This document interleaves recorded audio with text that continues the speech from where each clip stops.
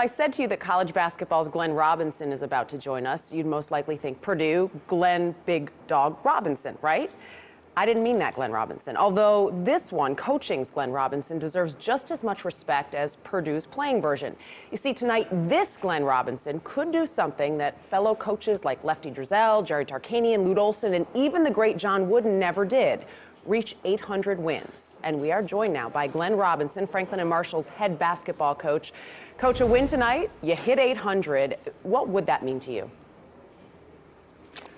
Well, I think to me personally, right at this moment, not much. But it would mean that we had beaten Gettysburg and we had clinched a tie for first place in the league. And more so, I think it would honor all the players that really won those games. Well, then let me ask you a question sort of this way. Only 12 other coaches have ever hit that milestone. You're fifth among current active coaches right now, behind guys like Calhoun, Coach K, Jim Boeheim. So if you step outside it and I told you that some guy was being named with those other coaches, what would you think of that guy? Well, I think it's an honor to be mentioned in the same breath with those people. I'm fortunate enough to know most of them, and they're great coaches and great people. And they've had the sustaining power, so I would consider it a tremendous honor even to be spoken of in the same sentence. And you are in that like because you are the winningest coach in D3 history, and you are at 799 right now. And still, I have to believe you get confused with the other Glenn Robinson, as I mentioned. How often does that happen? It's only happened once that I know of. I was in a hotel at the convention and got a message for the big dog to call one reporter back. Other than that, I don't think we resemble each other very much, and you know, my whole world is different than the NBA world, so not too often. Okay, well, let's talk about your world a little bit. You took over the program in 1971. What has been the key to your success over all these years? Well, no question, good players that are willing to sacrifice for the good of the team. You still run plays, from what I understand, with those players that you learned from Dean Smith. What's the most important thing that he taught you?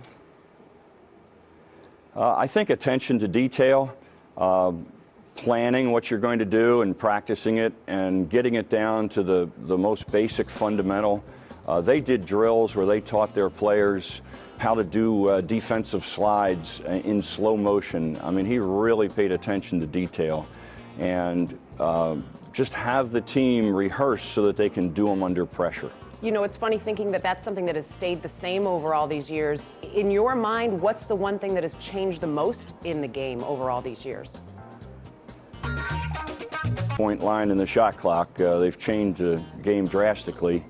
Obviously, they're still playing around with a three-point line, trying to get a good balance between three-point shots and inside play. But they changed the game dramatically, and you really had to adjust with the way you played and the type of players that you tried to recruit. How about those players? What's changed the most in the players over all these years? Everybody asks that question because I've covered a number of decades, but really at Franklin and Marshall, they're still intelligent, highly motivated people that I love being around. So really, I don't notice a great difference from my perspective. They still are young men that really love basketball and are willing to sacrifice a lot to do it. Maybe it's just now that they all carry cell phones with them instead of having to go find a phone when they want to use it. That is definitely a difference. You can't drive down the street without seeing another driver on a phone or somebody walking down the sidewalk about to run into a pole. Which is not a good thing. We want the Oprah hands-free, don't use it in the car. From what I read, you actually got a BlackBerry. How has that changed things for you, and maybe how you interact with some of your kids? Oh, not a great deal. I do have a BlackBerry. I got it because I thought it would be more convenient to deal with day to day. I mean, I had a cell phone before that, so it's not a great deal of difference. I think you have to be really careful. It's very annoying to anyone I've ever met if someone is looking down at their BlackBerry because they're getting an incoming message instead of having the conversation that they're involved in. So I think you have to be careful, use the technology as it helps, and try to still be polite to people. Yeah, no doubt about it. Coach, your players, you know, you talked about this win tonight, that it's a win over Gettysburg, and that's what matters right now in this moment. Have they said anything to you about wanting to get you this milestone, or what that milestone is in their eyes?